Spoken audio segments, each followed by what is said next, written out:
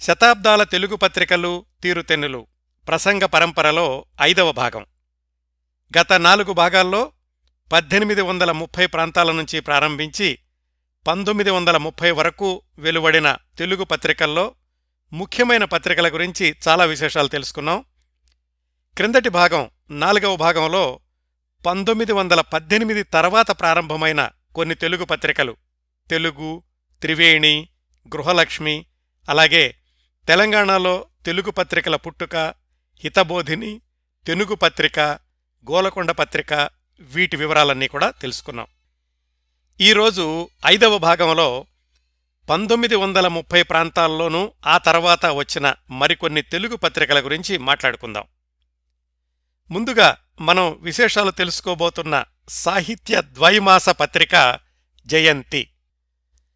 దేశం పట్టనంత మహాకవి, కవి సామ్రాట్ విశ్వనాథ సత్యనారాయణ గారు తన 32వ ఏటనే ఒక ప్రామాణికమైన విలువలున్న సాహిత్య పత్రికను నడిపారు అని చాలామందికి తెలియకపోవచ్చు. విశ్వనాథవారు 1921-26 ఆ మధ్య బందర్లోని ఆంధ్ర జాతీయ కళాశాలలో తెలుగు మాస్టర్గా పనిచేశారు. ఆ సమయంలో ఆ కాలేజీకి వైస్ ప్రిన్సిపాల్గా కోలవెన్ను రామకోటేశ్వరరావు గారు ఉండేవాళ్లు. ఆయన సహకారంతో, ఆయన ప్రోద్బలంతో విశ్వనాథవారి సంపాదకత్వంలో వెలువడిన సారస్వత పత్రిక పేరు జయంతి. ఇది మొట్టమొదటి సంచిక 1927 ఆగస్టులో విడుదలయ్యింది. ఈ జయంతి పత్రికకు ట్యాగ్ లైన్గా ఏం రాశారంటే, జయంతితే సుకృతినో రససిద్ధా కవీశ్వరా అని భర్తృహరి సుభాషితంలోని ఒక భాగాన్ని ఈ జయంతికి తమ ఆశయంగా చెప్పుకున్నారు. సంపాదకుడు విశ్వనాథ సత్యనారాయణ అని మొట్టమొదటి పేజీలోనే రాశారు.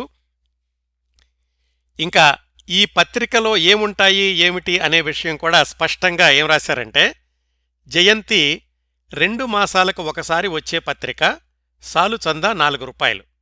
ఆంధ్రుల సాహిత్య చారిత్రక, వార్తా, శిల్ప, నాటక విషయములను గురించిన్ని, ఆంధ్రులకు ఆంధ్ర భాషకు ఉత్తేజం కలిగించే ఇతర విషయాలను గురించిన్ని వ్రాసే వ్యాసాలు ఇందులో ప్రకటింపబడతవి. ముద్రణకు వచ్చే వ్యాసాలు స్వీకరించడం గాని త్రోసివేయడం గాని ఆలోచనా సంఘం వారి ఇచ్ఛాధీనం కనుక వ్యాసకర్తలు వ్యాసాల నకళ్లు ఉంచుకొని పంపడం మంచిది. మనీ ఆర్డర్లు, ఉత్తర ప్రత్యుత్తరాలు ఈ క్రింది చిరునామాకు: మహారాజశ్రీ కోలవెన్ను రామకోటేశ్వరరావు గారు, BA-BL, ఆంధ్ర జాతీయ కళాశాల, బందరు, కృష్ణా జిల్లా. ఇలా రాశారండి మొట్టమొదటి సంచిక ప్రారంభంలోనూ. అలాగే మొట్టమొదటి సంచికలోనే ఎటువంటి సాహితీ ప్రముఖులు ఈ జయంతిలో వ్రాసేవాళ్లు అనడానికి ఒక ఉదాహరణ నాయని సుబ్బారావు గారు, విశ్వనాథ సత్యనారాయణ గారు అంటే సంపాదకుడిగా ఉన్నటువంటి ఆయన, అలాగే నండూరి వెంకట సుబ్బారావు గారు, తర్వాత రోజుల్లో ఎంకిపాటలతో ప్రసిద్ధి చెందిన నండూరి వెంకట సుబ్బారావు గారు దీంట్లో కలత నిదర అనే పేరుతో ఒక గేయం రాశారు. అదే తర్వాత ఎంకిపాటల్లో ఒక భాగం కూడా అయింది. ఈ రేయి నన్నల్ల నేరవా రాజా అనే గేయం కూడా ఈ జయంతి మొట్టమొదటి సంచికలో రాశారాయన. అలాగే ఉన్నవ లక్ష్మీనారాయణ గారు, విశ్వనాథ సత్యనారాయణ గారి సోదరుడు విశ్వనాథ వెంకటేశ్వర్లు గారు, అడవి బాపిరాజు గారు, గుడిపాటి వెంకటచలం గారు, మల్లంపల్లి సోమశేఖర శర్మ గారు, ఇలాంటి ప్రముఖులందరూ కూడా వ్రాసిన సారస్వత విషయాలతో మొట్టమొదటి సంచిక చాలా వైభవోపేతంగా వెలువడింది. ఇంకొక విషయం ఏమిటంటే, ఈ జయంతి పత్రిక ప్రారంభించినప్పుడే ఇందులో రకరకాల విభాగాలు ఉంచాలి అనుకున్నారు. ధర్మశాస్త్రము, లలిత కళలు, వార్తాశాస్త్రము, చరిత్ర, రాజనీతి, భౌతిక శాస్త్రము, రసాయన శాస్త్రము, ప్రకృత శాస్త్రములు అంటే కేవలం సాహిత్యానికి మాత్రమే పరిమితం కాకుండా విజ్ఞాన విషయాలను కూడా అందించాలి అనేది ఈ పత్రిక ప్రారంభించినప్పుడు ఆశయాల్లో ఒకటి. మరి ఇన్ని విభాగాలు విశ్వనాథ సత్యనారాయణ గారు ఒక్కళ్లే చూడలేరు కదా. భౌతిక శాస్త్రము, రసాయన శాస్త్రము, వాటిల్లో వచ్చినటువంటి వ్యాసాలు, వాటిల్లో ఉన్న ప్రామాణికత, అవి ఎంతవరకు సరిపోతాయి, తప్పొప్పులు ఇవన్నీ నిర్ణయించాలంటే ఒక సంఘం ఉండాలి. అందుకని జయంతి ఆలోచనా సంఘము అని ఒక్కొక్క విభాగానికి 3 గాని 4 గాని అందులో నిష్ణాతులైన వాళ్ళని ఒక సంఘంలాగా ఏర్పాటు చేసి ఆ విషయాన్ని కూడా మొట్టమొదటి సంచికలోనే ప్రకటించారు. ఉదాహరణకు వార్తాశాస్త్రము మామిడిపూటి వెంకటరంగయ్య గారు, బసవర్సు రామచంద్రరావు గారు. అలాగే భౌతిక శాస్త్రము డాక్టర్ ఏఎల్ నారాయణ గారు, డాక్టర్ జయంతి చినకామేశ్వరరావు గారు, పాతూరి పట్టాభిరామయ్య గారు. అలాగే ప్రకృతి శాస్త్రములు గోపరాజు రామచంద్రరావు గారు, డాక్టర్ ఉప్పల లక్ష్మణరావు గారు, పురాణం సూర్యశాస్త్రి గారు, ఇలాంటి వాళ్ళందరూ ఆయా విభాగాలకు చెందిన వ్యాసాలు వచ్చినప్పుడు వాటిని పరిశీలించి ప్రచురణయోగ్యం అవునో కాదో నిర్ణయించేవాళ్ళనమాట. జయంతి పత్రిక మొదటి సంచిక గురించి మాట్లాడుకున్నప్పుడు విశ్వనాథ్ వారు ముందు మాట గురించి తప్పక తెలుసుకోవాలి. ఆంధ్రదేశంలో ఇన్ని పత్రికలుండగా కొత్త పత్రికలు ఎందుకు అనే ప్రశ్నకు సమాధానం చెప్తూ విశ్వనాథ సత్యనారాయణ గారు తన ముందు మాటలో అనేక అంశాల గురించి ప్రస్తావించారు. విశేషం ఏమిటంటే 93 సంవత్సరాల క్రిందట ఆయన వెలిబుచ్చినటువంటి ఆ భావాలు ఇప్పటి పరిస్థితులకు కూడా సరిపోయేలాగా ఉండడం విశ్వనాథ వారి దూరదృష్టిని చూపిస్తుంది. అందులో కొన్ని విషయాలు చూద్దాం. తన ముందు మాటలో విశ్వనాథ వారు అప్పటి నవలల గురించి చెప్పారు. ఏమనంటే, ప్రస్తుతం నవలల్లో సంస్కరణ జరగాలి, మన నవలలు వంగీయుల ఆంధ్రీకరణాలు అంటే బెంగాల్ నుంచి ట్రాన్స్లేషన్స్ ఎక్కువగా వచ్చాయి, కొన్ని ఆచారాలు వ్యవహారాలు సమానంగా ఉన్నప్పటికీ జీవిత నిగూఢ ఉద్రేకాలలో సాటువలేదు, వాళ్ల ప్రకృతిలో భక్తిపాలు ఎక్కువ. ఏది? బెంగాలీలు. భక్తి అంటే స్త్రీ ప్రకృతి, జ్ఞానము అనేది పురుష ప్రకృతి. స్త్రీ ప్రకృతి ఎక్కువగా ఉండడం కవికి మెరుగు, మేము దాన్నే అనుసరిస్తామంటారు కొందరు. నాటక రచనల్లో సంస్కృత వాంగ్మయంలాగా నవలల్లో పాశ్చాత్య వాంగ్మయం ఆదర్శం కాదగ్గదేమో, అంటే పాశ్చాత్య నవలలను అనుసరించి తెలుగులో నవలలు వ్రాయడం తప్పులేదు అని మొట్టమొదటి సంచికలోనే విశ్వనాథ్ వారు తన అభిప్రాయాన్ని వెలిబుచ్చారు. మన నవలకు ఇది లక్షణం అయింది. నెలకి ఒక నవల, కొంచెం భాషా పరిచయం గలవాడు, ఎప్పుడూ వాడికి డబ్బు ఇబ్బంది గనక ఆయన రాస్తే ఒక 100 రూపాయలు, ఆ పైన టెక్స్ట్ బుక్ కమిటీ వారు అనుగ్రహిస్తే మరి 4 పైసలు. ఒక్క నవల ఏమిటి? భావకవిత్వం తప్ప తక్కిన వాటికి అన్నింటికీ ఇదే దశ పట్టింది. తరువాత వాక్యం జాగ్రత్తగా వినండి. ఫలాపేక్ష లేకుండా సృష్టించిన శిల్పం సర్వోత్కృష్టంగా ఉంటుందని ఊహ. ప్రతిఫలాన్ని ఆశించకుండా సృష్టించినటువంటి రచన సర్వోత్కృష్టంగా ఉంటుంది అని ఆయన మొట్టమొదటి సంచికలో వ్రాశారు. అలాగే ఈ ఇంగ్లీషు చదువుకున్న వాళ్ళు తెలుగుని తక్కువగా చేసి చూడడం, అలాగే తెలుగు సాహిత్యాన్ని తక్కువగా చేసి చూడడం, మన ప్రాచీన సాహిత్యాన్ని సరిగా చూడకపోవడం, ఆ విషయాల గురించి వ్రాస్తూ ఆయన అన్నారు, దేశంలో చదువుకున్నవాడు అంటే ఇంగ్లీష్ చదువుకున్నాడే, అతనికి కీట్సు, షెల్లీ, షేక్స్పియర్ల పరిచయం ఉన్నంతగా పోతన, పెద్దన, తిక్కనల పరిచయం లేదు. కాని ప్రకృత కవిత్వం అంటే ప్రస్తుతం ఉన్నటువంటి కవిత్వాన్ని ఆదరించాల్సింది అతనే. ఇంకా నేటి పండితులు, వాళ్లకి తెలుగు మీద కన్నా సంస్కృతం మీద గౌరవం. ఏదైనా కొత్త త్రోవ అంటే అట్లా పూర్వం ఉండాలి, అప్పుడు అది రైటు. కావ్యానికి మొదట 3వ కంటిమంట ఉంటే ఆశ్లీలం, పూర్వకవి ఇలాగే వర్ణించాడు అంటే ఒప్పుకుంటారు. భాష గురించి వచ్చేసరికి ఏం చెప్పారంటే ఆయన, స్వేచ్ఛ, లౌకిక జ్ఞానం, చురుకుదనం, సామాన్యంగా ఇవన్నీ రాజభాషని ఆశ్రయించి ఉంటాయి, నేషనల్ లాంగ్వేజ్ని బట్టి. ఆ రాజభాష మన మాతృభాష కాకపోవడం వల్ల ఇట్లా ఉందని కొందరు. ఇంగ్లీషు చదివిన వారికి భాషా ప్రయోగ పద్ధతి తెలుసు, పండితులకు పూర్వమార్గాలు, జాతిసత్వాలు తెలుసు. ఇవి రెండూ భిన్నంగా నడిచినన్నాళ్లు ఇంతే అని కొందరు. మన వాళ్లకి ప్రాచీనత గురించి బాగా తెలుసు, అటు భాష చూస్తేనేమో ఇంగ్లీషే రాజభాష అయింది, అందువల్ల ఈ సమస్యలొస్తున్నాయి అని చెప్పారు. మరొక విషయం, మన పూర్వ ఆధునిక కవులు ఇతర దేశ పూర్వ ఆధునిక కవులతో తోగలేరు అని కొందరి ఉద్దేశం. కవిత్వం దేశకాల పాత్రాలను అనుసరించి పుడుతుంది అంటారు. షేక్స్పియర్ తెలుగుదేశంలోనూ, తిక్కన్న ఇంగ్లాండులోనూ పుట్టడం ప్రకృతి ధర్మం కాదేమో. ఎక్కడా కవులు కొద్దిమందే, వారిలో శక్తి ఉంటుంది, అది తెలుసుకుంటే కొత్త సృష్టి వస్తుంది. ఇది ఆంధ్రులకు కూడాను. అంటే ఆంధ్ర కవుల్లో కూడా శక్తి ఉంది, కేవలం ప్రాచీన కవులు, పాశ్చాత్య కవుల మీదే ఆధారపడడం కాకుండా తమ శక్తిని తాము తెలుసుకుంటే ఆంధ్ర కవులు కూడా చక్కటి కవిత్వాన్ని సృష్టించగలరు అని విశ్వనాథ సత్యనారాయణ గారు తన ముందు మాటలో చెప్పారు. ఇంకా స్వాతంత్ర్యం గురించి ఏం చెప్పారంటే, అసలు మన దేశం అస్వాతంత్ర్యంలో ఉంది అంటే మన భాష ఈ స్థితిలో ఉండడమే కారణం. ఆంధ్ర విశ్వవిద్యాలయంలో ఇంగ్లీషు ప్రధాన భాష అయితే ఆంధ్ర విశ్వవిద్యాలయంలో తయారైన విద్యార్థులు ఆంగ్లాభిభాషమానులే అవుతారు. కవిత్వం ఎప్పుడూ సంఘ మత ఆచారాలను రమ్యంగా, హృదయాకర్షకంగా చెబుతుంది అంటారు. అకవిత్వం చదవడంతోటే అసంఘ మతాచారాలయందు అమిత ఇష్టం ఉంటుంది. మన మతం కన్నా ఏమాత్రం సంస్కారం ఉన్నా తక్కిన మతాలు సులభంగా అర్థమవుతాయి. ఒకటి బాగా జీర్ణించుకున్న తర్వాత రెండో దానిమీదకి బుద్ధి చాలా ఆలోచనపరుడు కాని పోదు. షెల్లీని, షేక్స్పియర్ని చదివిన తర్వాత ఛీ మనవాళ్లేమిటి అనిపిస్తుంది.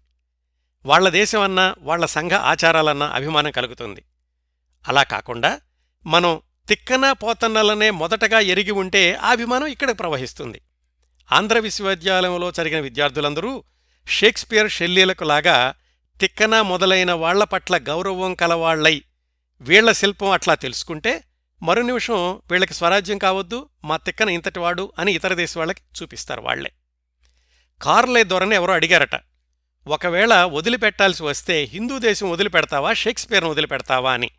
ఆయన హిందూ దేశాన్నే వదిలేస్తాన్నట. అది సారస్వతం అంటే రుచి. అదే ఇప్పటి ఆంధ్రునడితే ఏమంటాడు, తిక్కననే వదిలేస్తానంటాడు. స్వాతంత్ర్యం అంటే ఏమిటి?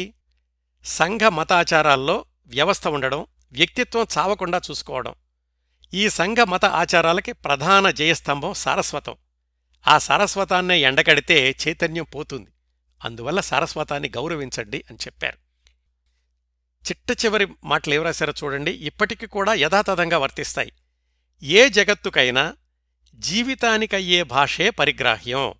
ఇక మన దేశం బాగుపడాలంటే తెలుగు భాషే జీవితానికయ్యే భాష కావాలి, తక్కినవన్నీ తరువాత. మళ్ళీ ఒకసారి చదువుతాను. ఏ జగత్తుకైనా జీవితానికయ్యే భాషే పరిగ్రాహ్యం. ఇక మన దేశం బాగుపడాలంటే తెలుగు భాషే జీవితానికయ్యే భాష కావాలి, తక్కినవన్నీ తరువాత. ఇది 1927లో 93 సంవత్సరాల క్రిందట విశ్వనాథ సత్యనారాయణ గారు చెప్పినటువంటి పచ్చి నిజం అనుకోవచ్చు. ఇంకా జయంతి సంచికల్లో విశ్వనాథవారు రాసిన కోకిలమ్మ పెళ్ళి, కిన్నెర నడకలు, కిన్నెరసాని పాటలు ఇలాంటి ముఖ్యమైన రచనలన్నీ కూడా ఈ జయంతిలోనే వచ్చాయి. కోకిలమ్మ పెళ్ళి ఆయన వ్రాసింది చాలా సరళంగా లలితంగా సాగిపోతూ ఉంటుంది. చాలామందికి తెలిసే ఉంటుంది. అది మొట్టమొదటిసారిగా ఈ జయంతి పత్రికలో వచ్చింది. ఉదాహరణకు, లేత బుర్రలు కొక్కిరిస్తే ఆతగాళ్లతో ఏమిగాని తాతతాతల నాటికతలు తవ్విపోస్తానోయ్. ఊగులాడే కడలి తరగలు నాగుబాముల కోడెలల్లే ఒడ్డుదాకా పాకిపాకి ఒరిగిపోతాయోయ్. ఒడ్డుదాకా అడవి అడవిలో దొడ్డ చెట్లున్నాయి, తరగల ఊగులాడే గాలిచేత ఊగుతుంటాయోయ్. అడవిలోనూ కడలిలోనూ అర్ధరాత్రి వేళలప్పుడు తొగరు కన్నుల చుక్క కన్నెలు తొంగి చూస్తారోయ్. ఇంత సరళంగా ఉంటుంది ఆయన వ్రాసిన కోకిలమ్మ పెళ్ళి. ఇదే కాకుండా ఆ తర్వాత వచ్చిన సంచికల్లో కూడా ఆ తరువాతి దశాబ్దాల్లో విశ్వనాథవారి ఉత్తమ కవితలు అని ప్రశంసించబడిన అనేక కవితలు ఈ జయంతి పత్రికల్లో వచ్చాయి. అట్లాగే జయంతి తరువాతి సంచికల్లో బ్యాటరీ ఎలా పనిచేస్తుంది, ఇలాంటి ఫిజిక్సు కెమిస్ట్రీకి సంబంధించినటువంటి విషయాలను కూడా వ్రాశారు. ఈ జయంతి 1927 ఆగస్టులో ప్రారంభించారనుకున్నాం కదా, అది మొదలైన 5-6 నెలలకే కొలవెను రామకోటేశ్వరరావు గారు 1928 జనవరిలో త్రివేణి పత్రికను ఆంగ్లంలో ప్రారంభించారు. ఆ విశేషాలు మనం క్రిందటి భాగంలో తెలుసుకున్నాం. జయంతి పత్రిక వెలువడిన ఆ సంవత్సరాల్లో, అంటే 1927, 28, 29 ఆ సంవత్సరాల్లో విశ్వనాథ్ వారు ఎప్పుడో వదిలేసిన ఆయన బిఏ డిగ్రీని పూర్తి చేయడం, అలాగే ఎంఏ కూడా పరీక్షలు రాయడం, ఏకవీర నవల పూర్తి చేయడం ఇట్లాంటివన్నీ జరిగినాయి. మిగతా చాలా సాహిత్య పత్రికల్లాగానే అంత లాభసాటి వ్యవహారం కాదు కాబట్టి జయంతి పత్రిక కూడా 2-3 సంవత్సరాల మించి కొనసాగలేదు. వచ్చినన్ని రోజులు మాత్రం అత్యున్నత సాహిత్య విలువలతో వెలువడింది. అది 1930లో మొట్టమొదటిసారిగా విశ్వనాథ సత్యనారాయణ గారి సంపాదకత్వంలో వెలువడిన జయంతి మొదటి మజిలి. ఆసక్తికరమైన విశేషం ఏమిటంటే 1930లలో ఆగిపోయిన జయంతి పత్రిక మళ్లీ 28 సంవత్సరాల తర్వాత విశ్వనాథవారి సంపాదకత్వంలోనే ఈసారి హైదరాబాదు నుంచి వెలువడింది. ఈ జయంతి రెండోసారి వెలువడే సమయానికి విశ్వనాథవారు దేశం పట్టనంత మహాకవిగా పేరు తెచ్చుకోవడమే కాదు, అసంఖ్యాకమైన అభిమానుల్ని సంపాదించుకున్నారు. ఈ 1958లో రెండవ విడతగా వచ్చినటువంటి జయంతి పత్రిక, అందులో ఏముందో చూద్దాం. 1958 జనవరిలో విడుదలైందది. దాంట్లో మంజుశ్రీ, నాయని సుబ్బారావు, మునిమాణిక్యం నరసింహారావు గారు, వేటూరి ఆనందమూర్తి గారు, శ్రీపాద రేణువు గారు, సోమసుందర్ గారు, విశ్వనాథ సత్యనారాయణ గారు వీళ్ళందరూ రాశారు. ఈ జయంతి సంచిక హైదరాబాదు నుంచి వెలువడినప్పుడు సంపాదక మండలి అని ఏర్పాటు చేశారు. దానికి విశ్వనాథ సత్యనారాయణ గారు అధ్యక్షులు, మల్లంపల్లి సోమశేఖర శర్మ గారు, దివాకర్ల వెంకటావధాని గారు, కేతవరపు రామకోటి శాస్త్రి గారు, జువ్వాడి గౌతమరావు గారు వీళ్ళందరూ ఆ సంపాదక మండలిలో సభ్యులు. ఈ రెండవసారి వచ్చిన జయంతి పత్రికకు కూడా జయంతిత్తే సుకృతినో రససిద్ధ కవీశ్వర అనే భర్తృహరి సుభాషితంలోని భాగాన్నే తమ ఆశయంగా చెప్పుకున్నారు. ఈ రెండవసారిగా వచ్చినటువంటి జయంతి సంచిక కూడా 1958లో ప్రారంభమై 3-4 సంవత్సరాల మించి కొనసాగలేదు. అయితే జయంతి మాసపత్రిక చరిత్ర ఈ 1958 తోటి ముగింపుకు రాలేదు. 2003 సెప్టెంబర్లో విశ్వనాథవారి జయంతి సందర్భంగా హైదరాబాదు నుంచి మళ్లీ మొదలైంది జయంతి సాహిత్య పత్రిక మూడవసారి. ఈసారి 3 నెలలకొకసారి అంటే క్వార్టర్లీ పత్రికగా విడుదలైంది. విశ్వనాథ సాహితీపీఠం అనే సాహిత్య సాంస్కృతిక సంస్థ తరఫున వెలిచాల కొండలరావు గారి సారథ్యంలో ఈ మూడవసారి జయంతి 2003లో విడుదలయ్యింది. ఆ సంచికలో ఏముందో చూద్దాం. జయంతి త్రైమాసిక సాహిత్య పత్రిక సెప్టెంబర్ 2003 నుంచి ఫిబ్రవరి 2004 వరకు అని వేశారు. ముఖ్య సంపాదకులు జువ్వాడి గౌతమరావు గారు. ఈ జువ్వాడి గౌతమరావు గారే 1958లో రెండవసారి జయంతి వచ్చినప్పుడు విశ్వనాథవారి అధ్యక్షతన ఉన్న సంపాదక మండలిలో సభ్యులుగా కూడా ఉన్నారు. సహాయ సంపాదకులుగానేమో ఆచార్య కోవెల సంపత్కుమారాచార్య గారు, తుమ్మపూడి కోటేశ్వరరావు గారు ఉన్నారు. సిస్టర్ నివేదిత ఫౌండేషన్ అనే పేరుతోటి ఈ జయంతి సాహిత్య పత్రిక మూడవసారి వచ్చింది. ఈ మూడవసారి వచ్చినటువంటి సంచికలో ఎక్కువగా విశ్వనాథ సత్యనారాయణ గారి గురించినటువంటి వ్యాసాలే ఉన్నాయి. కవి సామ్రాట్ అని గుంటూరు శేషేంద్ర శర్మ గారు, అలాగే అది విశ్వనాథవారంటే అని డివి నరసరాజు గారు, మా మాస్టరు గారు అని తుమ్మపూడి కోటేశ్వరరావు గారు, అపరిణామ ప్రాప్తము అని విశ్వనాథ సత్యనారాయణ గారు అబ్బాయి విశ్వనాథ పావనశాస్త్రి గారు, వీళ్ళందరూ కూడా దీనిలో వ్యాసాలు రాశారు. జయంతి మాసపత్రిక మూడవసారి వచ్చినప్పుడు అప్పటికీ తమిళనాడు గవర్నర్గా ఉన్న పిఎస్ రామ్మోహన్ రావు గారు ఒక అభినందన పత్రం పంపించారు. దాంట్లో ఏం రాశారంటే, విశ్వనాథ సాహిత్యపీఠం అనే సాహిత్య సాంస్కృతిక సంస్థను స్థాపించారని తెలుసుకోవడానికి చాలా సంతోషంగా ఉంది. సంస్థ ముఖ్య ఉద్దేశాల్లో ఒకటైన జయంతి త్రైమాసిక సాహిత్య పత్రికను విశ్వనాథ జన్మదినోత్సవ సందర్భంగా ప్రారంభించడం ముదావహం.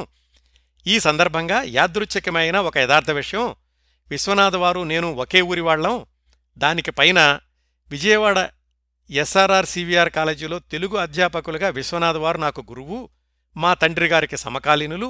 కాబట్టి ఆయన స్మృత్యర్థం ఒక త్రైమాసిక పత్రికను ప్రారంభించడం విశ్వనాథవారికే కాక తెలుగు సాహిత్యానికి, ప్రపంచానికి సేవ చేసినట్లవుతుంది. మీ పిఎస్ రామ్మోహన్ రావు, గవర్నర్, తమిళనాడు. అలాగే ఈ జయంతి మూడవసారి ప్రారంభమైన మొదటి సంచికలో విశ్వనాథవారి అరుదైన ఛాయాచిత్రాలను ప్రచురించారు. అందులో కొన్ని మీకిప్పుడు చూపిస్తున్నాను. ఇలా జయంతి మాసపత్రిక విశ్వనాథవారి సంపాదకత్వంలో 1927లో ప్రారంభమై ఆ తర్వాత 2 విడతలుగా 1958, 2003లలో పునఃప్రారంభమైంది. అన్ని సంచికలకు కూడా అదే భర్తృహరి సుభాషితాన్ని మకుటంగా వాడడం గమనార్హం. ఈ జయంతికి సంబంధం లేదు, కానీ 1999లో జయంతి అనే పేరుతో ఇంకో మాసపత్రిక వచ్చింది. దీనికి విశ్వనాథవారికి ఏమాత్రం సంబంధం లేదు. రచయితల కోసం రచయితలే నిర్వహిస్తున్న పత్రిక అనే నినాదంతో ఆనాటి పాపులర్ మ్యాగజైన్స్ ధోరణిలో వచ్చింది ఆ జయంతి మాసపత్రిక 1999లో. అది కూడా ఎక్కువ రోజులు కొనసాగినట్లుగా లేదు. తరువాత 1930 ప్రాంతాల్లోనే మొదలై కొద్ది సంవత్సరాలు నడిచి ఆగిపోయిన పత్రికలు, వాటి ప్రత్యేకతల గురించి తెలుసుకుందాం. వీటిల్లో చాలా పత్రికల గురించి ఈ తరంలో చాలామందికి తెలుసుండకపోవచ్చు. ఎందుకంటే అవేవీ కూడా 5-10 సంవత్సరాలు మించి కొనసాగలేదు. అయినా కానీ ఈ పత్రికలకు ఉన్న ఆసక్తికరమైన నేపథ్యం, అవి చేసిన విలక్షణమైన కృషి, వీటి వల్ల ఈ పత్రికల విశేషాలు మీ ముందుకు తీసుకొస్తున్నాను. ఈ క్రమంలో నేను పరిచయం చేస్తున్న పత్రిక ఆనందవాహిని. 1930లో ప్రారంభమైన ఈ పత్రిక సంవత్సరం మించి కొనసాగలేదు. కాకపోతే వివిధ కోణాల్లో ఈ ఆనందవాహిని మాసపత్రికకు ప్రత్యేకతలున్నాయి. పరిశోధనా పరమేశ్వరుడుగా పేరు తెచ్చుకున్న వేటూరి ప్రభాకర శాస్త్రి గారు ఒక పత్రికకు సంపాదకులుగా పనిచేశారు అన్న విషయం చాలామందికి తెలిసుండకపోవచ్చు. ఆయన గురించిన వ్రాసిన వ్యాసాల్లో కూడా వేటూరి ప్రభాకర శాస్త్రి గారు ఒక పత్రికకు సంపాదకత్వం వహించారు అని ఎక్కడా కనిపించదు. కారణం, ఈ పత్రిక అతి తక్కువ కాలం రావడం, పైగా వేటూరి ప్రభాకర శాస్త్రి గారి పాండిత్యం కానీ, ఆయన పరిశోధన ఆసక్తి కానీ ఈ పత్రికలో ప్రతిబింబించకపోవడం కూడా అయ్యుండొచ్చు. ఆ పత్రికే ఆనందవాహిని. బహుశా ఈ ఆనందవాహిని అనేది తెలుగులో తొలి హాస్యపత్రిక అయ్యుండొచ్చు. ఇందులోని అంశాలన్నీ కూడా కేవలం హాస్యం కోసం ఉద్దేశించబడినవే. సాహితీ వ్యాసాలు కానీ, పద్యాలు కానీ, రాజకీయ వార్తలు ఇలాంటివేమీ ఇందులో ఉండేవి కాదు. ఒకటి అర వార్తా ఖండికలున్నప్పటికీ అవి కూడా హాస్యస్ఫోరకంగానే వ్యంగ్యంగా వ్రాస్తూ ఉండేవాళ్లు. ఇంకా ఆసక్తికరమైన విశేషం ఏమిటంటే, ఈ ఆనందవాహిని పత్రిక అప్పటికే తమిళంలో చక్కటి పేరు తెచ్చుకున్న ఆనంద వికటన్ స్ఫూర్తితో ప్రారంభం కావడం. జమినీ వాసన్ గారి గురించిన కార్యక్రమంలో ఆయన ఆనంద వికటన్ మాసపత్రికను కొని దానికి కొత్త రూపం ఇచ్చి ప్రాచుర్యంలోకి తీసుకురావడం, ఈ విశేషాలన్నీ తెలుసుకున్నాం కదా. వేటూరి ప్రభాకర శాస్త్రి గారు ఆ రోజుల్లో మద్రాసులోని ఓరియంటల్ మ్యాన్యుస్క్రిప్ట్ లైబ్రరీలో పనిచేస్తూ ఉండేవాళ్లు. ఆయనకు తమిళ భాషకు చెందిన రచయితలతో చక్కటి పరిచయాలుండేవి. ఆ క్రమంలో జమినీ వాసన్ గారు తెలుగులో కూడా ఆనంద వికటన్ పత్రికను తీసుకొస్తే బాగుంటుంది అని వేటూరు ప్రభాకర శాస్త్రి గారితోటి దానికి శ్రీకారం చుట్టించారు. దాని ఫలితమే ఈ ఆనందవాహిని అనే మాసపత్రిక. మొట్టమొదటి సంచిక 1930 జనవరి 1న మార్కెట్లోకి వచ్చింది. ఈ తొలి సంచికలో స్వవిషయము అని సంపాదకీయంలో సంపాదకులు ఇలా రాశారు. అంటే వేటూరు ప్రభాకర శాస్త్రి గారు పేరు ఉండేది కాదు సంపాదకుడుగాను, కాని అందరికీ తెలుసు వేటూరు ప్రభాకర శాస్త్రి గారే ఆ పత్రికను ప్రారంభించి నడుపుతున్నారు అని. ఆయన సంపాదకీయంలో ఎంత స్పష్టంగా రాశారంటే, నిర్మలమైన ఆనందం కాని, నిర్మలమైన జ్ఞానము కాని, నిర్మలమైన సత్యము కాని ఈ లోకంలో దొరకవేమో అని అధైర్యపడినంతగా అలజడి వీటి వల్ల ఏర్పడి ఉన్నది. ఈ అలజడిలో, ఈ మథనంలో అమృతము పుడుతోంది, హాలాహలము పుడుతోంది, మంచి ఉంది, చెడు ఉంది. ప్రతి మానవుడు ఈ ద్వంద్వయుద్ధంలో నలిగిపోతున్నాడు. తెప్పరించుకోవాలి అనే కోరికతో కొట్టాడుతున్నాడు.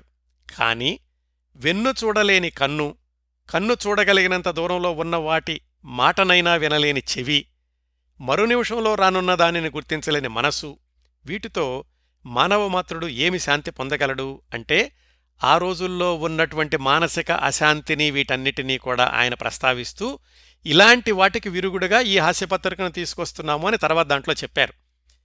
ప్రజాబలమును గుర్తించి, సంఘశక్తిని సంధానించి, కార్యనిర్వాహమును పురికొల్పడముగాను సంఘ ఉద్యోగి వర్గము అన్నట్లుగా ప్రపంచమంతటా ఇప్పుడు పత్రికలు పనిచేస్తున్నవి. అప్పట్లో వచ్చే పత్రికలన్నీ కూడా ఎక్కువగా రాజకీయ పత్రికలు, రాజకీయ వార్తలు ఉంటూ ఉండేవి. అందుకని ఆయన ఏమంటారంటే, ప్రపంచ వ్యవహారతంత్రమంతా ఇప్పుడు పత్రికల మూలమున జరుగుతున్నది, జ్ఞానామృతమంతా పత్రికల మూలమున ప్రవహిస్తున్నది. వర్తమాన కాలమున పత్రికా ప్రచారము నిలిపితే ప్రపంచ వ్యవహారము సాగడం కష్టమవుతుంది. ఒక్కొక్క దేశంలోనూ ఒక్కొక్క భాషలోనూ అనేక పత్రికలు దినదినము ప్రకటితమవుతున్నవి, జ్ఞానమును విరజల్లుతున్నవి. అట్టివి తెలుగుదేశంలో కూడా చాలా ఉన్నాయి. వాటి వల్ల దేశానికి మహోపకారం జరుగుతోంది. కాని చదువు నేర్చుకున్న జనులందరూ చదువుకునేటందుకు, బీదజనులందరూ చదువుకునేటందుకు, పెద్ద పెద్ద తెలివితేటలు లేని సామాన్య జనులందరూ చదువుకునేటందుకు, ఆనందముగా చదువుకునేటందుకు, చదివి పారవేయకుండా దాచుకుని మళ్లీ మళ్లీ చదువుకుంటూ సంతోషిస్తూ ఉండేందుకు వీలుగా మామూలు వాడుక భాషతో, కారుచౌక చందాసొమ్ముతో, చిన్న చిన్న విషయాలతో, అందరికీ తెలిసే విషయాలతో, హాస్య సంతోష ప్రసంగాలతో, అందమైన బొమ్మల అలంకరింపులతో పుస్తకములుగా వచ్చే నెలపత్రికలు తెలుగుదేశమున తక్కువగానే ఉన్నవి. మలయదీవులలో, బర్మాలో అంటే మలేషియాలో, బర్మాలో, ఇంకా ఇతర దేశాల్లో కొంచెం కొంచెం చదువు నేర్చుకున్న తెలుగువాళ్లు ఎందరో ఉన్నారు.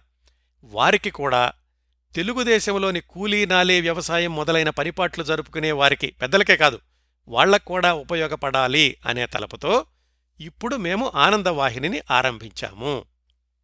ఈ పత్రిక హాస్యప్రధానంగా ఉంటుంది. ఇందులో ఎవరినీ నిందించడం ఉండదు. ఎప్పటికప్పుడు లోకములో, స్వదేశములో జరుగుతూ ఉండే అపూర్వ విషయములే ఇందులో నవ్వులాటలతో వెల్లడించమవును. చిన్న చిన్న కథలు, కబుర్లు, మంచిమాటలు, పాటలు, పద్యాలు ప్రకటిస్తాము. ఇది కాంగ్రెస్ పత్రిక కాదు, జస్టిస్ పత్రిక కాదు, బ్రాహ్మణ పత్రిక కాదు, ఆదిమాంధ్ర పత్రిక కాదు, ఏదీ కాదు. కాని అన్నీ అవును. అందరి పత్రిక అవును. అందరికీ అందుబాటులో ఉండడం కోసం చందా సంవత్సరానికి ఒకటికి ₹1 మాత్రమే పెట్టినాము. ఆంధ్రజన మహాజనులందరూ చందాదారులుగా తోడ్పడవలసిందని, ఆనందమును కలిగించే విషయములు వ్రాసి ప్రకటనకు కూడా పంపి సహాయపడవలసిందని వేడుకుంటున్నాము. ఇది మొట్టమొదటి సంపాదకీయంలో వ్రాసింది. ఇదే కాదు, ఈ మొట్టమొదటి సంచిక ఆనందవాహిని మొట్టమొదటి వాక్యం నుంచి చిట్ట చివరి వాక్యం వరకు అన్నీ కూడా వేటూరి ప్రభాకర శాస్త్రి గారే వ్రాశారట.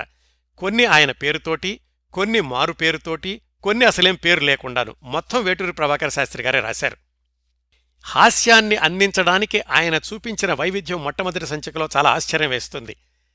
చందా కట్టండి అంటూ ప్రకటన కూడా ఎంత హాస్యంగా రాశారో చూడండి. ఆనందవాహిని మీ దగ్గరకు వస్తే దాన్ని చూసి ఇదేదో మాదిరి ప్రతి ఎవరో పంపగా మన దగ్గరకు వచ్చింది అని తలచకండి సుమా. మీ కుటుంబం అంతా ఎప్పుడూ ఆనందంతో ఉండాలనే తలంపుతో ఈ ఆనందవాహిని మిమ్మల్ని వెతుక్కుంటూ మీ దగ్గరకు వస్తూ ఉంటుంది. కాబట్టి వృధాగా మన దగ్గరకు వస్తుంది అని మాత్రం అనుకోకండి. అది మీ దగ్గరకు వచ్చి అడగడం ఏంటంటే సంవత్సరానికి ₹1 మాత్రం చెల్లించమని అడుగుతుంది. ఇంకా ఈ మొట్టమొదటి సంచిక ఆనందవాహినిలో ఉన్న కొన్ని విషయాలు చూద్దాం. ఇవన్నీ ఎందుకు చెప్తున్నానంటే వేటూరి ప్రభాకర శాస్త్రి గారు చాలా పండిత పుత్రులు. ఆయన ఎంతో పరిశోధన చేసి ఎన్నో వ్యాసాలు, సాహిత్య సారస్వత వ్యాసాలు రాశారు. ఆయన కూడా ఇంత సరళమైనటువంటి హాస్యాన్ని ఎన్ని విధాలుగా రాశారు అనేది ఈ సంచిక మొదటి సంచిక చూస్తే తెలుస్తుంది. అందులో కొన్ని చెప్తాను మీకు. మాయానందం అంటే ఈ ఆనందవాహిని అసలు ఎలా ప్రారంభమయ్యింది అనేదాన్ని కూడా ఆయన వ్యంగ్యంగా ఇలా చెప్పారు. ఆనందం మా అబ్బాయి.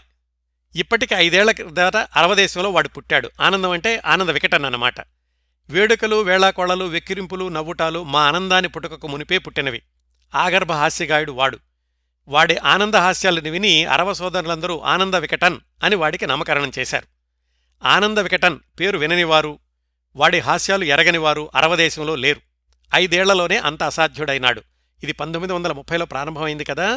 ఆనంద వికటన్ పత్రిక తమిళంలో 1926లో ప్రారంభమయ్యాక ఆ తర్వాత 1928 ప్రాంతాల్లో జమినీవాసన్ గారు కొనుక్కున్నారు. ఇప్పుడు ఈ ఆనందవాహిని ఎందుకు వస్తోంది అన్నదానికి చెప్తూ తెలుగుదేశంలో కూడా తిరుగుతాను, తీసుకుని వెళ్ళండి అంటున్నాడు ఈ ఆనందం. నేర్పు ఉంటే తిరుగునైనా ఖర్చులిస్తాను అన్నాను.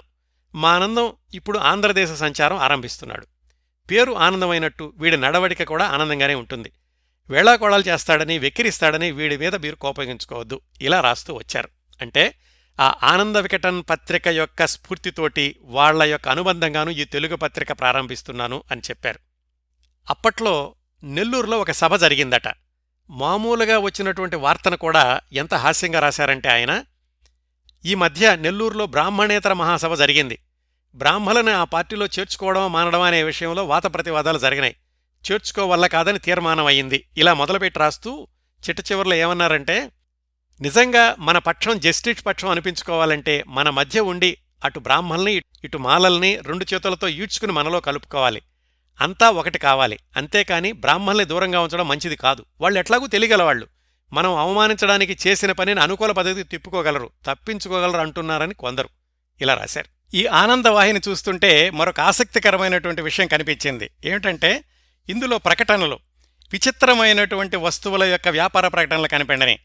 మీకు గుర్తుంటే మనం జమినీవాసన్ గారి గురించి మాట్లాడుకున్నప్పుడు ఆయన మొదటి రోజుల్లో మద్రాసులో ఓడరేవు నుంచి కొన్ని వస్తువులు కొనుక్కుని వాటిని వీపీపీలో తమిళ దేశంలో అన్ని చోట్లకి పంపించేవాళ్లు అని. బహుశా ఆ వ్యాపారం అప్పటికి కూడా కొనసాగుతుందేమో. అలాంటి విచిత్రమైనటువంటి వస్తువుల వ్యాపార ప్రకటనలు ఈ ఆనందవాహినిలో ఉన్నాయి.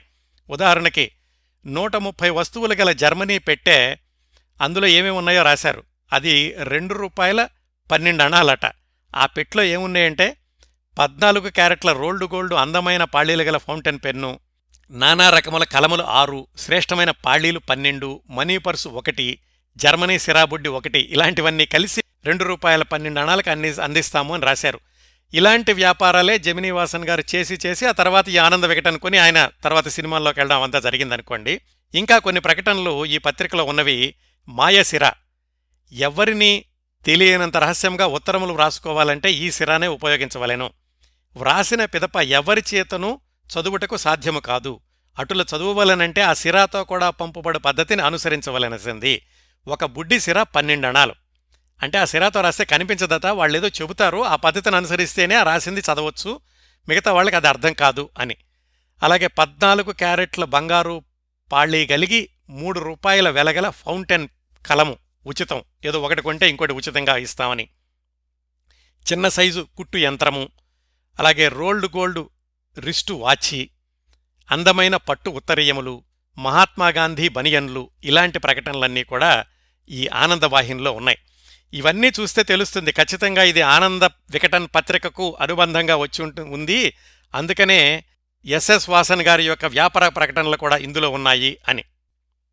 అలాగే దీనిలో కొన్ని జోక్స్ కూడా రాశారు. ఇవన్నీ కూడా వేటూరు ప్రభాకర శాస్త్రి గారు రాసినవే. అందులో ఒకటి రెండు మాత్రం చెప్తాను. భర్త ఇంకా వంట కాలేదు, కాకుంటే నేను హోటల్కైనా వెళతా అంటుంటే భార్య అంటోంది, 10 నిమిషాలు వచ్చుకోండి. భర్త అడిగాడు, అయితే 10 నిమిషాల్లో వంట అవుతుందా ఏమిటి?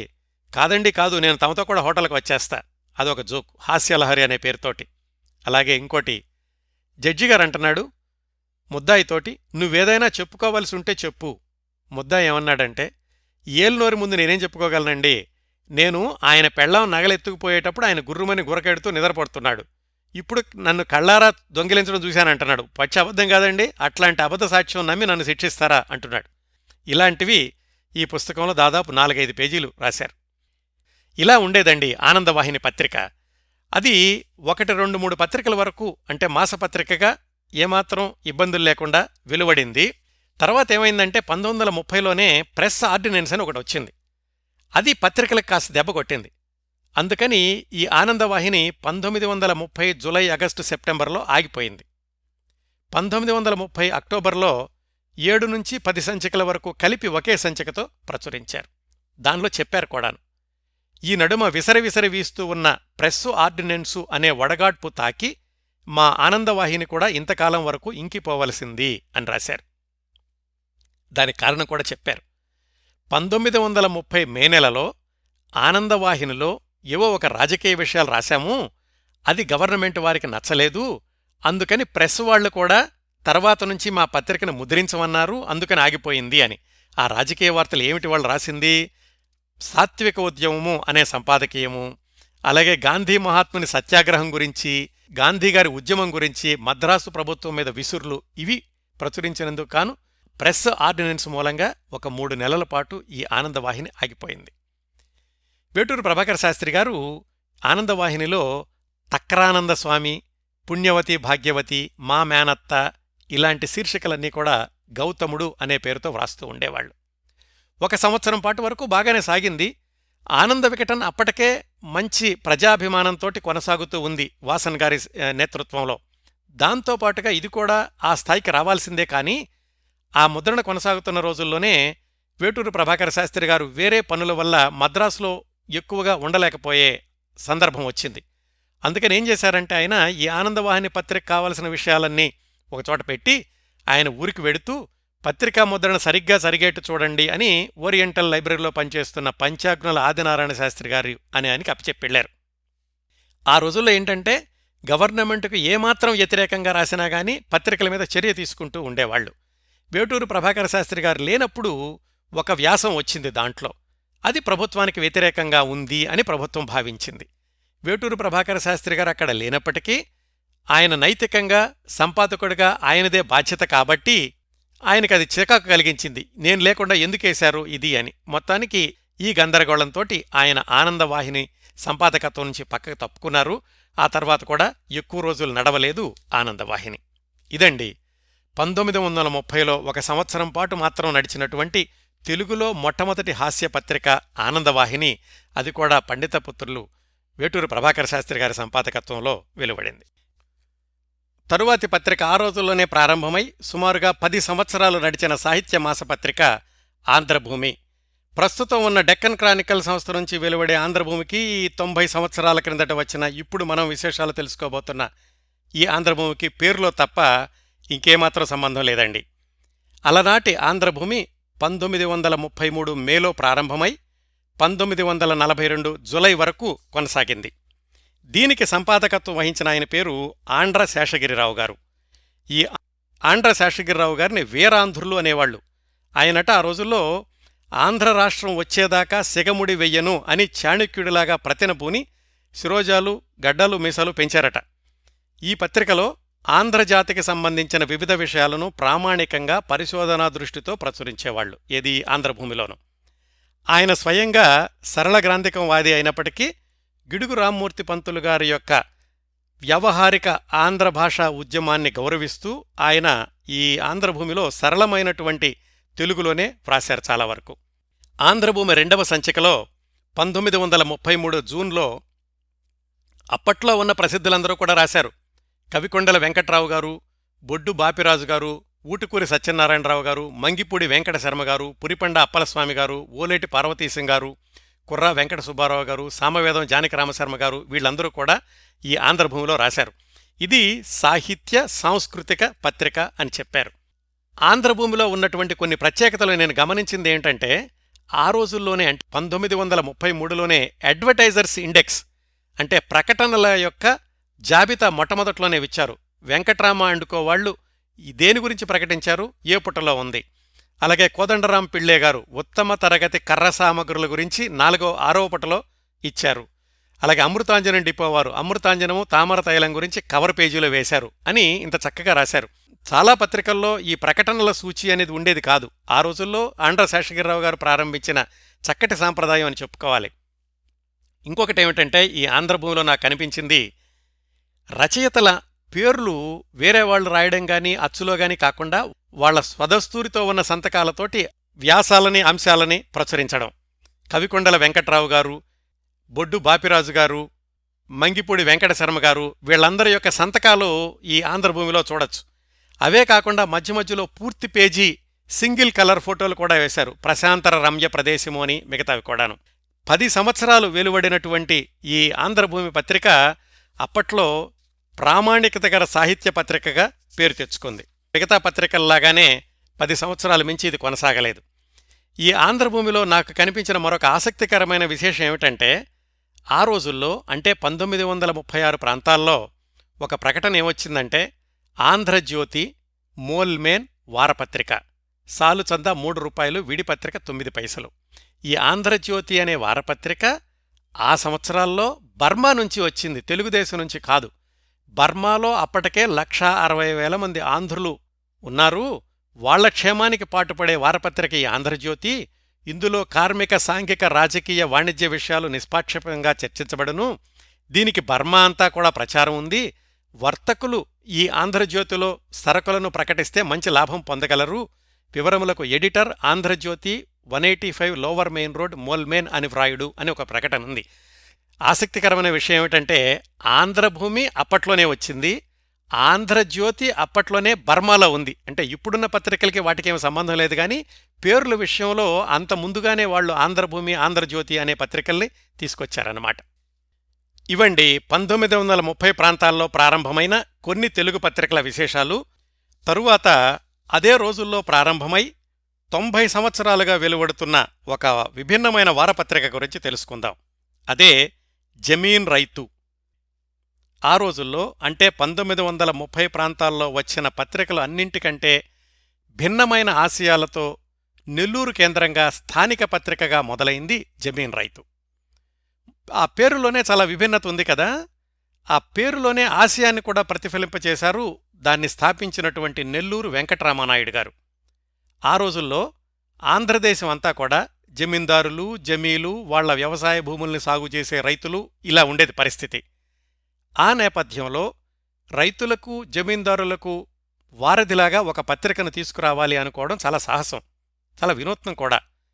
ఎప్పుడూ రైతుల పక్షానే నిలబడి వాళ్ల హక్కుల పరిరక్షణ కోసం జమీందారులతో సంప్రదించడం, అవసరమైతే ఆందోళన వరకు వెళ్లడం, ఇలా ముఖ్య ఆశయాలుగా కొనసాగింది మొట్టమొదటి నుంచి కూడా ఈ జమీన్ రైతు వారపత్రిక. ప్రారంభంలో పత్రిక పేరు జమీందారీ రైతు. నెల్లూరు జిల్లా జమీందారీ రైతుల సంఘ పక్షమున ప్రతి ఆదివారము ప్రకటింపబడును అని రాశారు. ఇంకా స్పష్టంగా తమ పత్రిక గురించి స్థాపకులు వెంకటరామనాయుడు గారు ఏం చెప్పారంటే, ఇందు రైతుల హక్కు బాధ్యతలు, వ్యవసాయము, విద్య, ఆర్థిక పరిస్థితులు, వాని అభివృద్ధికి వలయు మార్గములు మున్నగు విషయములు చర్చించబడును. సంవత్సర చందా 4 రూపాయలు. ఆంధ్రదేశంలోని 14 జిల్లాల్లోని అందరి రైతులకు ప్రాతినిధ్యం వహిస్తూ ఉండేది. మొట్టమొదట్లో వచ్చినటువంటి సంచికలు కొన్నిటిని పరిశీలిస్తే మునగాల, వెంకటగిరి, చల్లపల్లి, నూజివీడు, ముఖ్యాల ఇట్లా అన్ని జమీల నుంచి వార్తలను సేకరించి జమీందారీ రైతులో వేస్తూ ఉండేవాళ్లు. ఒక ఉదాహరణ చెప్తాను. మొట్టమొదటి సంచికల్లోనే ఈ మునగాల జమీ రైతుల దుర్భర స్థితి అని, మునగాల జమీందారు గారి దగ్గర పనిచేస్తున్నటువంటి రైతుల పరిస్థితి ఎలా ఉందో ఎంత ధైర్యంగా రాశారో చూడండి. ఆ రోజుల్లోనే మునగాల జమీ గ్రామములన్నీ కూడా గవర్నమెంట్ వాళ్లు సర్వే చేయలేదు, జమీందారు గారే స్వయంగా సర్వే చేయించుకున్నారు. గవర్నమెంట్ వాళ్లు న్యాయంగా కట్టాల్సిన శిస్తు ఎకరానికి 4 రూపాయలైతే జమీందారు గారు 6 రూపాయలుగా వేయించుకున్నారు. నిర్బంధం మీద భరింపరాని దుష్ట షరతులను పట్టా ముచ్చికాలలో వ్రాయించి విద్యావాసన లేని రైతులను చీటికి మాటికి కోర్టులకు త్రిప్పుట, జమీ గ్రామాదులలో ఒక్క రాజాగారి నివాసస్థలమైన నడిగూడెం గ్రామంలో తప్ప మిగతా వాటిలో ఎలిమెంటరీ పాఠశాలలు లేకుండా చేయుట, ఇలాంటి దారుణమైనటువంటి పరిస్థితులన్నిటి కూడా పత్రిక ద్వారా 10 మందికి తెలియచేయడం, అవసరమైతే జమీందారుగారుల దగ్గరికి వెళ్లి రైతుల పక్షాన పోరాడి వాళ్ల హక్కుల్ని సాధించి పెట్టడం. ఇది చాలా సాహసోపేతమైనటువంటి చర్య. కేవలం పత్రిక అంటే వార్తలను మాత్రం ప్రకటించేసి ఊరుకోవడం కాకుండా ఇలాంటివన్నీ సాధించడానికి నడుం కట్టాము అని మొట్టమొదట్లోనే వెంకట్రామనాయుడు గారు చెప్పుకున్నారు. అలాగే చేశారు కూడాను. 1934 నుంచి ఈ జమీందారీ రైతు అన్న పేరు జమీన్ రైతుగా మారింది. దాదాపుగా మొట్టమొదటి 20 సంవత్సరాలు పత్రికను ప్రారంభించిన వెంకట్రామనాయుడు గారే సంపాదకులుగా ఉన్నారు. ఆ తర్వాత నెల్లూరు శ్రీరామ్మూర్తి గారు, ప్రస్తుతం నెల్లూరు డోలేంద్ర ప్రసాద్ గారు జమీన్ రైతుకి సంపాదకులుగా ఉన్నారు. మొట్టమొదట్నుంచి కూడా రైతు వార్తలు, రైతుల సంక్షేమంతో పాటుగా సాహిత్యపరమైన అంశాలకు కూడా ప్రాధాన్యత ఇస్తూ వచ్చింది ఈ జమీన్ రైతు. కథలు, కవితలు, సీరియల్సు వీటితో పాటుగా సినిమా వార్తలు కూడా ప్రముఖంగా పబ్లిష్ చేస్తూ ఉండేవాళ్లు ఈ జమీన్ రైతులో. ఆనాటి ప్రముఖ రచయితలు బెజవాడ గోపాలరెడ్డి గారు, రాయప్రోలు సుబ్బారావు గారు, ఆత్రేయ గారు, దువ్వూరు రామిరెడ్డి గారు, గుర్రం జాషువా గారు, ఇలాంటి వాళ్ళందరూ కూడా ఈ జమీన్ రైతులో రచనలు చేస్తూ ఉండేవాళ్లు. అట్లాగే జమీన్ రైతులో కేవలం జమీందారులు, రైతులకు సంబంధించినటువంటి వార్తలే కాకుండా అవి ప్రముఖంగా ఉన్నప్పటికీ వర్తమాన రాజకీయాల గురించి, ముఖ్యంగా అప్పట్లో జరుగుతున్న స్వాతంత్ర్య పోరాటం, ఉప్పు సత్యాగ్రహం, ఇలాంటి వాటి గురించి కూడా ప్రముఖంగా వ్రాస్తూ ఉండేవాళ్లు. ఆ తర్వాత తెలుగు సినిమాలు ప్రారంభమయ్యాక తెలుగు సినిమా టాకీల విషయాలు కూడా చాలా ప్రముఖంగా విశ్లేషిస్తూ వ్రాస్తూ ఉండేవాళ్లు జమీన్ రైతులో. ఇప్పుడు కూడా మీరు జమీన్ రైతు వెబ్సైట్కి వెళితే గనక పాత పత్రికలన్నీ చూస్తే వాళ్ళు ఎంత ప్రామాణికతతో అప్పట్నుంచి నడుపుతూ వచ్చారు అనే విషయం తెలుస్తుంది. కాలక్రమేణా కొన్ని అభిరుచులు, యాజమాన్యం యొక్క ధోరణులు మారుతూ రావడం అనేది వేరే విషయం అనుకోండి. ఈ జమీన్ రైతు పత్రిక గురించి చెప్పుకునేటప్పుడు తప్పనిసరిగా ప్రస్తావించుకోవాల్సిన ఇంకో అంశం ఏమిటంటే, ఈ పత్రిక గత 90 సంవత్సరాలుగా నిరాటంకంగా కొనసాగడం ఒక రికార్డు అయితే, ఈ పత్రిక పాత సంచికలన్నిటినీ కూడా వాళ్ల ప్రస్తుత వెబ్సైట్లో అందుబాటులో ఉంచడం. 90 సంవత్సరాల భారతదేశ ఆంధ్ర రాష్ట్ర చరిత్రలో ముఖ్యమైనటువంటి ఘట్టాలను అతి సులువుగా తెలుసుకోవాలి అంటే జమీన్ రైతు వెబ్సైటు అత్యంత సౌకర్యవంతంగా కనిపించింది నాకు. ఇవండి జమీన్ రైతు పత్రిక విశేషాలు. ఆ తరువాత వరుస క్రమంలో మనం విశేషాలు తెలుసుకోబోయే పత్రికలు సమదర్శిని, ప్రజామిత్ర. ఈ పత్రికలు ఒక వర్గానికి చెందిన పత్రికలు అని చెప్పుకోవచ్చు. ఆ వర్గం ఏమిటంటే, ఆ రోజుల్లో ప్రారంభమై కొద్ది సంవత్సరాలు కొనసాగిన రాజకీయ పార్టీలకు అనుబంధంగా వచ్చినాయి ఈ సమదర్శిని, ప్రజామిత్ర అనే పత్రికలు.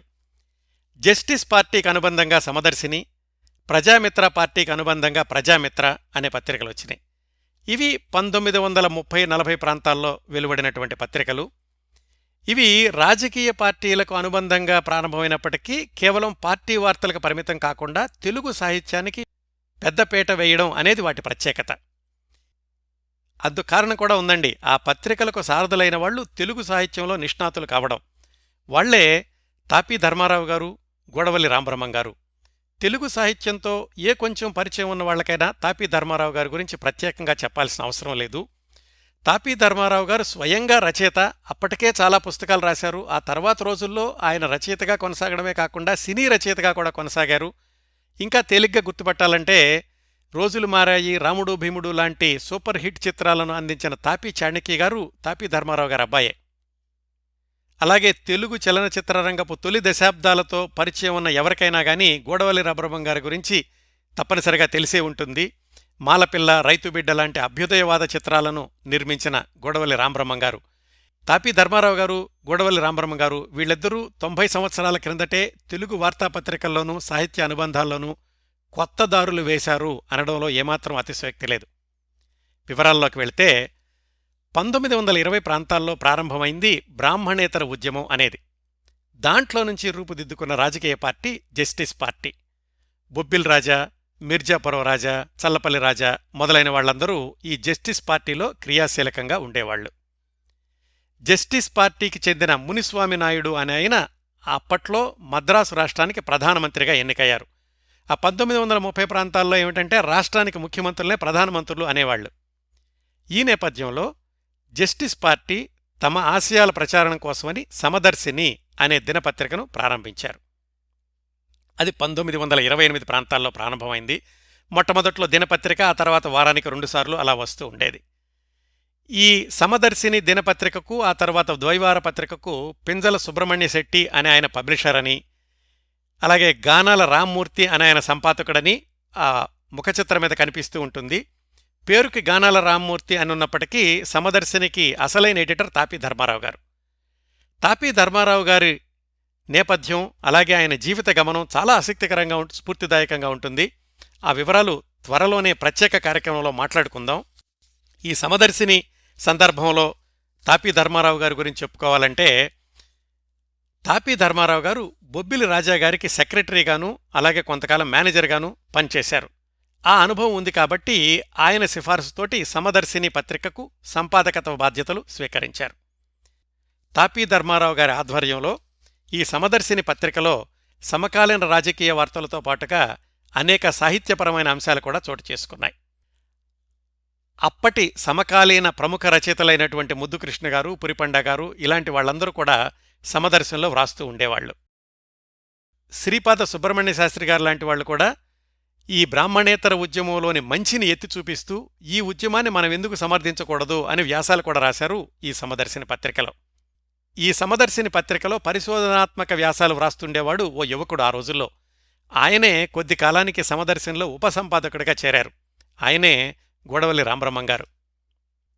రామబ్రహ్మంగారు ఆ రోజుల్లో జాగర్లమూడి కుప్పుస్వామి గారు పురమాయించిన పని మీద మద్రాసులో ఉండి పరిశోధనా పత్రాలు రాస్తూ ఉండేవాళ్లు. ఆ పరిచయంతోటి ఈ సమదర్శిని పత్రికలో ఆయన ఉపసంపాదకుడిగా చేరారు.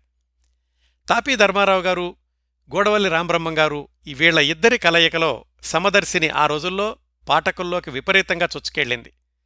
ఆంధ్రపత్రిక వార్షిక సంచిక వచ్చేది అని మనం ఆంధ్రపత్రిక గురించిన వివరాల్లో తెలుసుకున్నాం కదా. దాని అడుగుజాడల్లో నడుస్తూ ఈ సమదర్శిని పత్రికకు కూడా ఉగాది ప్రత్యేక సంచిక అని ఎక్కువ పేజీలతోటి ప్రత్యేక సంచికను వెలువరించారు. ఒక ఉగాది ప్రత్యేక సంచికను మీకు చూపిస్తాను.